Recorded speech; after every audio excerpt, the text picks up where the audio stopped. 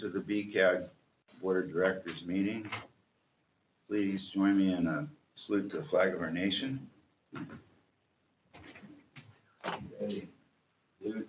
Pledge. I pledge allegiance to the flag of the United States of America and to the republic for which it stands, one nation, under God, indivisible, with liberty and justice for all.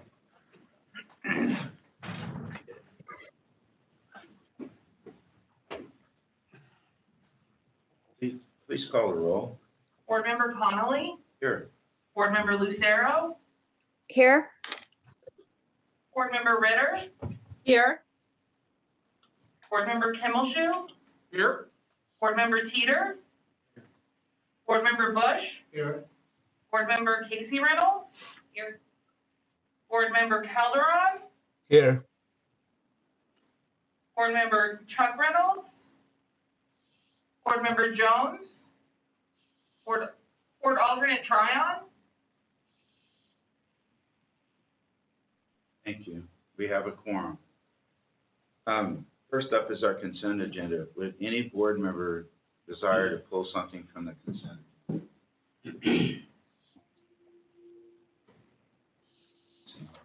Any public comment on the consent agenda? Or None.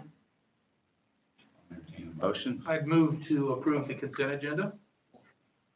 Second. We have a motion and a second. Let's just do I guess we can. Call the roll. I'd like to speed it up, but I don't think technically it's legal if somebody's on the Zoom. Board Member Connolly? Aye. Board Member Lucero?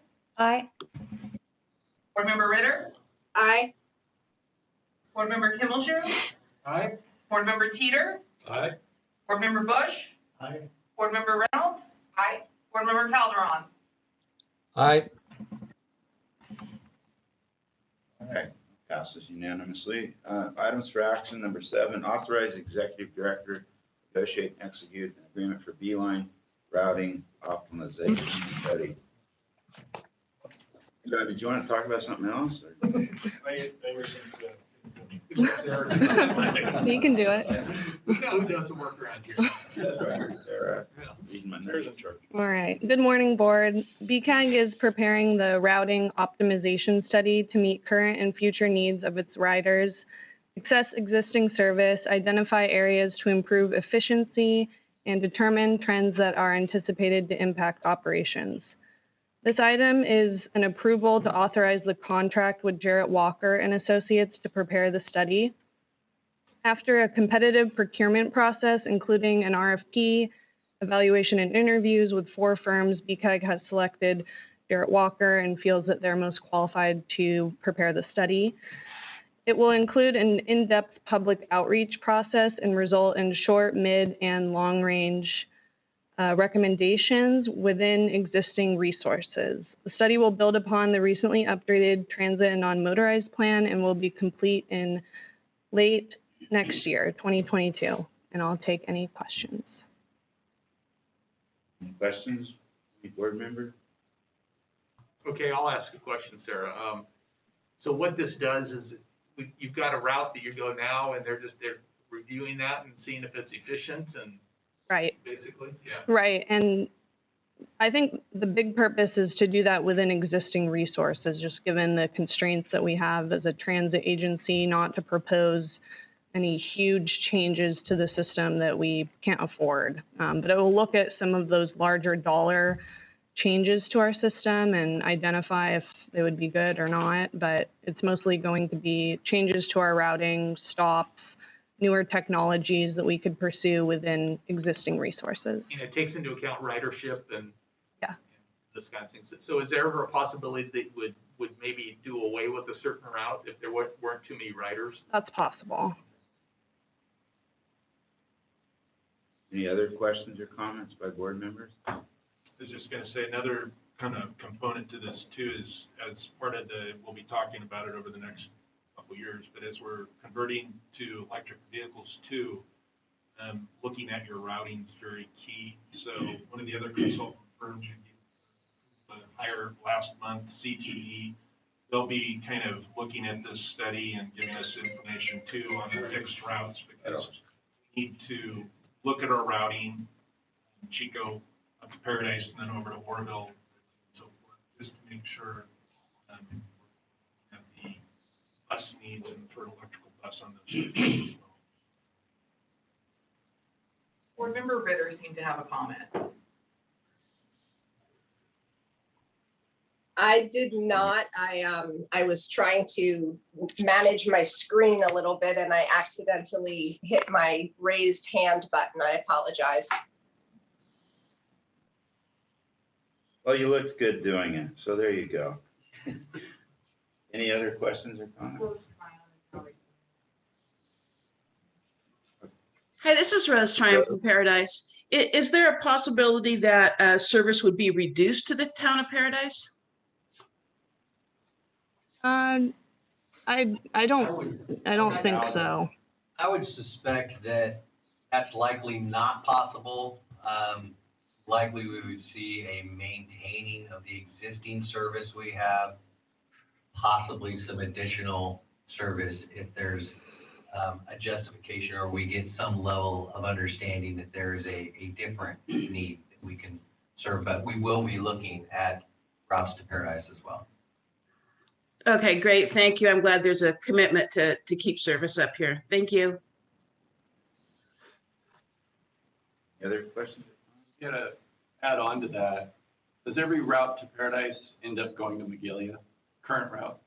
Oh, you know, half of them go to Paradise and half go to Magalia. Route 40 goes to Paradise, Route 41 goes through Paradise on its way to Magalia. Thank you. So the answer is half for those that are listening in. Go to Magalia and half. They all go to Paradise and half of those end up going to All of them go to Paradise, okay. Confused you. You didn't confuse me, but Sure. thanks for that. Any other clarification. questions? Is there any public comment on this matter? I'll entertain a motion. I'd move that we authorize the director to negotiate and execute agreement for the routing optimization study. Second. And Peter was first on the second. It's time for Lucero probably. Please call the roll. Board Alternate Tryon, Aye. Board Member Calderon, Aye. Board Member Reynolds. Aye. Board Member Bush. Aye. Board Member Teeter. Board Member Kimmelshue. Aye. Board Member Ritter. Aye. Board Member Lucero. Aye. Board Member Connolly. Aye. Great.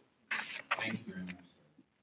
Number 8, public hearing to receive testimony on unmet transit needs for Butte Regional Transit System. Jim. Good morning, board. AC Reynolds, I made sure I wore one of your masks this week. Oh, well. This is asking for to open a public hearing. We, at the last board meeting, started our 30-day process that was the beginning of the transit needs. Every year we do an unmet transit needs process. We do an outreach to the community, soliciting input. People can give input via email, phone calls, comment cards, a variety of ways.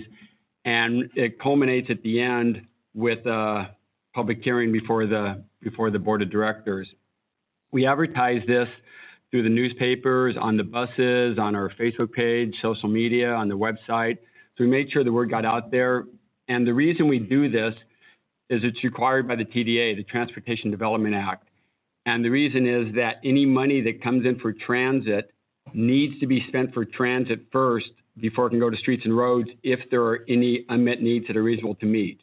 And so what we do is we solicit comments, we analyze them, and we can make one of 3 findings. We either make a finding that there are no unmet transit needs, there are unmet transit needs, and if there are unmet transit needs, are those transit needs reasonable to meet? And if there are unmet needs that are reasonable to meet, we need to fulfill those before we can divert any money for other purposes. And so that's the reason for this. And so I'd ask the board if they could open up the public comment period. And if there's any comments, they'd be received. We're not trying to analyze things now. We're not trying to respond to them. This is strictly a form to receive comments. And then at the end of it, as soon as this board meeting's over, the 30-day comment period will be over. Then we'll take all the comments we've received and analyze them and come up with a document called the Transit Needs Assessment, which we'll bring to the board probably in a couple of months for approval. And then that will be submitted to Caltrans and we'll meet our TDA obligation. Okay, we'll open the public comment period right now. Is there any comment by board members?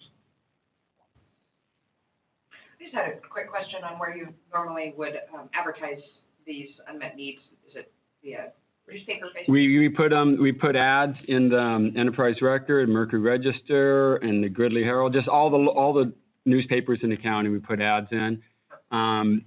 We put posters up in all the buses, in both paratransit and fixed route buses, so the people that are actually using it are seeing it there. We put posters up at the transit centers.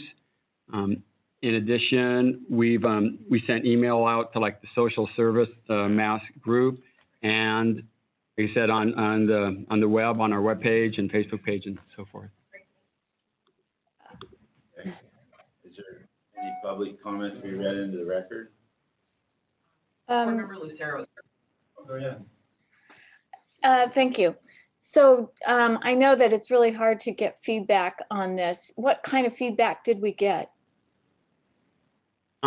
We received comments. I mean, we've got emails and some phone calls and comments. And so we're, like I said, we're just gathering during this time. We haven't gone through to analyze anything at this point. We're just strictly gathering at this point. Then we'll analyze them and bring them back to the board in the future. Okay. All right. Thank you. And one more thing, is it possible, did you guys send us a press release on that? I kind of vaguely remember. Well, at the last board meeting, we did an agenda item letting the board know we're doing this. Was the board included on the mass mailing, I wonder? We didn't send out a press release because we emailed each individual. Send out. Right. I'm sorry, I couldn't hear that. Well, we contacted all the media and put an ad in there. So I'm not sure if there was a press release that was sent out as such, as you're asking about. Yeah, I was just, I think last year I made the same comment that it would be nice to do press releases on these things and then also send it to the board if possible, because then we can get it out on our social media and help spread the word too. It was sent, the board got it in last, anything that was sent out, the board got in last month's packet. They had a post, a flyer that was sent out, the board received that last month. Okay, so my comment is press release if possible and sent to the board separately as a press release when you send it to the media. Okay. Thank you. Duly noted. Question. As you know, Gridley has a significant Hispanic monolingual population. Are there any of these notices were presented in Spanish or to the Spanish radio? Yes, on the notices we send out, at the bottom of it, there is notation in Spanish explaining what it is and that they could call in and a phone number they can call if they have comments in Spanish. We have someone that can take them. So yes, it was noted in Spanish. Thank you. Any other questions by the board? At this time, is there any public comment to be read into the record? None. All right, so remain open 30 days. No, this is the end of it. You're hitting your gavel and closing it. Okay, then we're going to close the public comment period. Boom, you're closed then. Okay. Moment.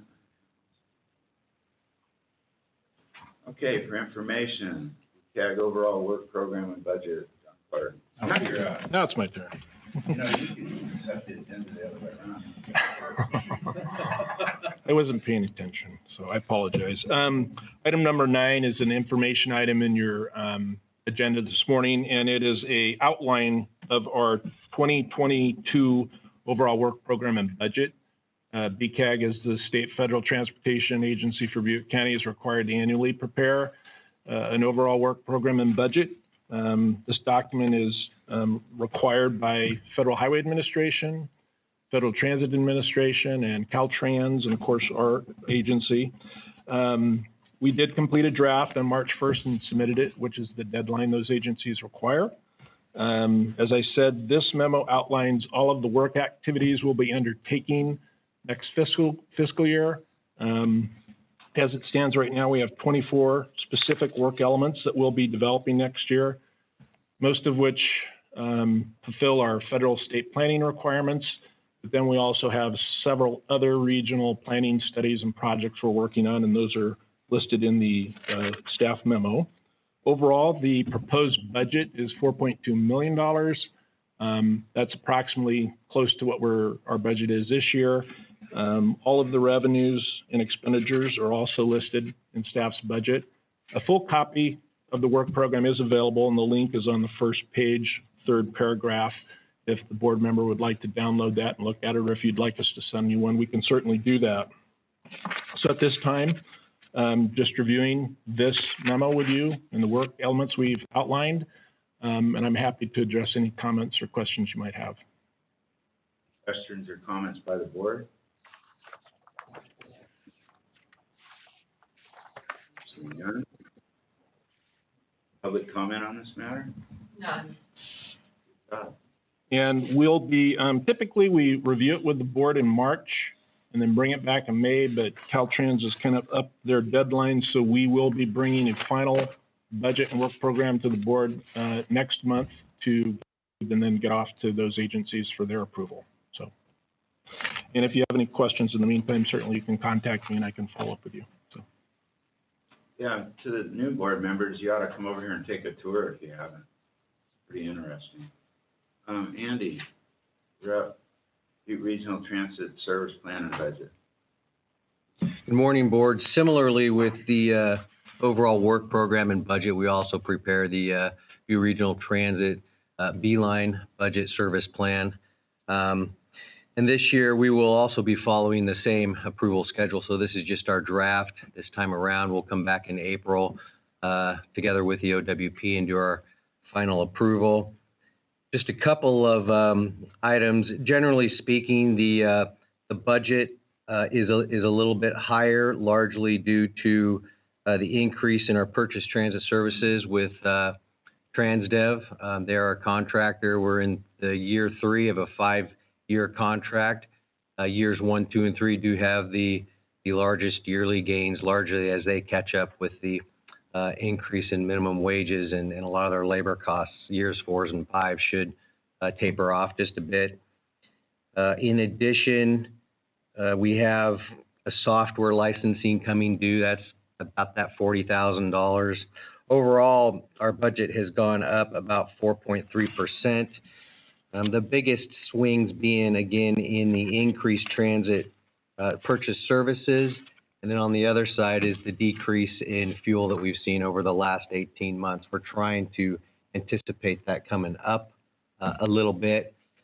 However, in the long run, everything is relatively the same in terms of the things that we're doing with transit and the magnitude of our budgeted items. So $10,830,000 and some change will be our budget. Regarding the service plan, our fixed route hours are going to be at 64,793, which is not too much less than what our normal hours are. Our dial-a-ride services are still going to be low. That has not come back yet, and we're going to be putting out 33,000 service hours for the fixed route. Just a couple of other items for the board regarding vehicles. We are going to be pursuing 2 electric buses. We expect that they'll come in towards the tail end of 21-22, and those are going to be funded under the LC TOP program, Low Carbon Transportation Operating Program, State of Good Repair, and FTA grants. We also do have 5 paratransit buses on order for 2021, and those will be funded through the FTA 5310 program. So those are the major couple of major items with the service plan and budget. Are there any particular questions that the board has on the service plan and or the budget? Yeah, Andy, this, I kind of touched on this last meeting, and that obviously we need help from other non-operating revenues to make this whole thing work. So I see at the bottom, you've got the bottom line, and you've got the non-operating revenues and then federal revenues that come in. Does that come in all in one big lump, or how does that come in throughout the year to make the cash flow work? That question makes sense? Yeah, so what you're really asking about is how does the funding come in for us? And it comes in chunks. It doesn't come in all at the best times. But what we've found is that at the times that it comes in, we're able to manage our capital reserves such that when those infusions come in, we're able to continue with the cash flow. So they don't come in necessarily monthly. They come in, sometimes quarterly or even just once a year. But for the most part, we've adjusted the budgeting process to understand and accept kind of how those funds do come in and go. So do you bill them? I'm sorry, go ahead, John. No, I was just going to say everything we do, whether it be the transit and the FT funds and all that, is kind of always in arrears. Right. So you make the expenditure, then you develop your invoices and submit those and get reimbursed. So that's pretty much the process used for both the OWP and the transit budget. I was also just going to state that in developing the budget, we first fund all of the need with the FTA revenues, the fare revenues, everything else, before we then look and say, what's our TDA need that we need to request from the cities and the county to make up the difference. So. And they pay sometimes on a timely basis, sometimes not. We know, we all love government, don't get me wrong, but sometimes we don't always get paid on a timely basis. Have they been pretty good about? I would say they're never timely. Yeah, for the most part, they are not timely. Yeah. However, it's so standard and run-of-the-mill that we've adjusted a process to make it as timely as they deliver it. Yeah, and luckily we have a reserve that we can fall back on. That's right. It's kind of That's right. line of credit. Yep. Okay. Yep. And I'd also note too, we did receive additional funds from FTA through the CARES Act, which was passed earlier this year. And of course, you know that another budget or a supplement was passed by Congress a week or two ago. So we will be getting additional revenues from that too, mainly due to the COVID and helping to make up for lost fare revenues and other COVID expenses. So I would say it's just something else to be aware of in the coming years as we make the transition to electric vehicles. There's going to be this idea of equating fuel to electricity. So that's going to be something that we will start showing in the future. When we get enough of electric vehicles in the fleet that it becomes a significant expense to buy electricity, we'll be identifying electricity as fuel, kilowatt hours. So we'll have to figure out how to do that best. Thanks, Andy. Sure. Any other questions or comments? Board Member Ritter, raise your hand first. I had two questions just regarding the section that notates the major changes from 2021. The first is with our mobile app and the maintenance and that stuff, it says underneath credit card and processing fees, are people able to pay their, fare box, through a card or? Well, we have, yes. yeah, we implemented a mobile app fare pay system, so people can, from their smartphones, they can purchase their bus ticket or monthly pass via that program. We highlighted it in the newsletter we just sent out. Okay. But there are associated for us for doing Right. the credit card purchases, so that's what that line item is we do have. Okay, and further down in there, it says that support services represent 3.9% of the total budget. And I was just wondering what fell under support services. Support services are the staffing that goes into the administrative part of Beeline. Thank you. And I had a question too. I know I sent this to you, John, and you guys have been on this, but I was wondering if you could explain it just a little bit more, why you are not concerned that the new calculations through the Census Bureau are not going to affect, or through the Trump administration, that last rule that was made on his way out about calculating MPOs. And I was wondering, because I was sat in on a presentation where specifically it mentioned Chico would be affected. And I wondered if you were at all concerned about that, or if that was going to affect our bottom line at all. What Board Member Lucero is referring to is, gosh, as long as I've been in this industry, which is over 30 years, metropolitan planning organizations are identified as MPOs once you hit the 50,000 or greater population threshold. So Chico is our urbanized area, which the criteria is that you have 1,000 people per square mile. Chico's been in that 50,000 plus for several years, like I said, since I've been here. So there was a proposal made to change that threshold for MPOs to be at 100,000. So it's just a proposal at this point. And the use of these designations of that, it's actually the metropolitan statistical area is used by different entities. The MPOs use that same, but the proposal wasn't necessarily saying that they were going to make that change across the board. It just struck everybody. If one agency did it, maybe they would apply it to the MPO level, but designation. But we're not too concerned about it because right now Chico's population is over 100,000, and there is some going back and forth, and Brian's probably going to explain it, a regional analyst, that I think there's Department of Finance kind of has a total population for us. The census information won't be released for several months, but we're pretty confident we're going to meet the 1,000 or 100,000 threshold for the MPO if that moves forward. And my understanding is there's a letter circulating back in Washington that's been signed by several Congress and senators to not make that happen to MPOs. Yeah, Okay. This is Brian Lasagna with BCAG. John's correct. So why Chico, the Chico MSA has been flagged initially as part of this is because in the 2010 census, Chico had a population of around 95,000. So it was under that 100,000 mark. Since then, we're expecting the Chico population, and these are all estimates because the census hasn't been completed at this time, is around 110,000 people.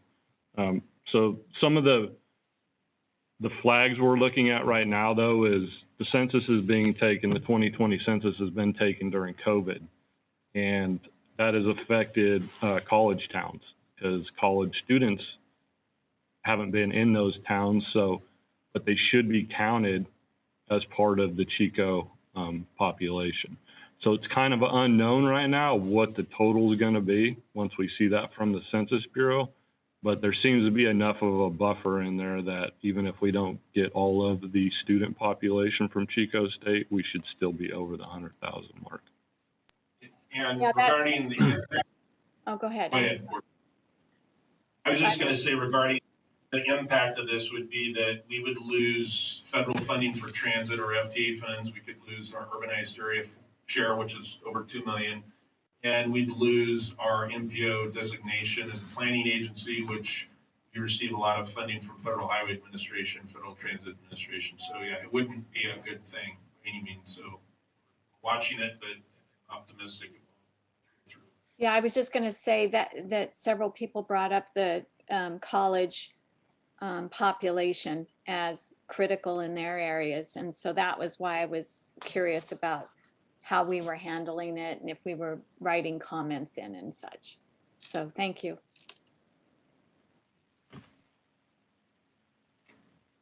Any other questions by the board? Seeing none. We'll take items from the public comment on that matter. There is none. Anybody want to talk under public comment? General? Okay, we're adjourned. We'll be back here April 22nd. Good job, Mr.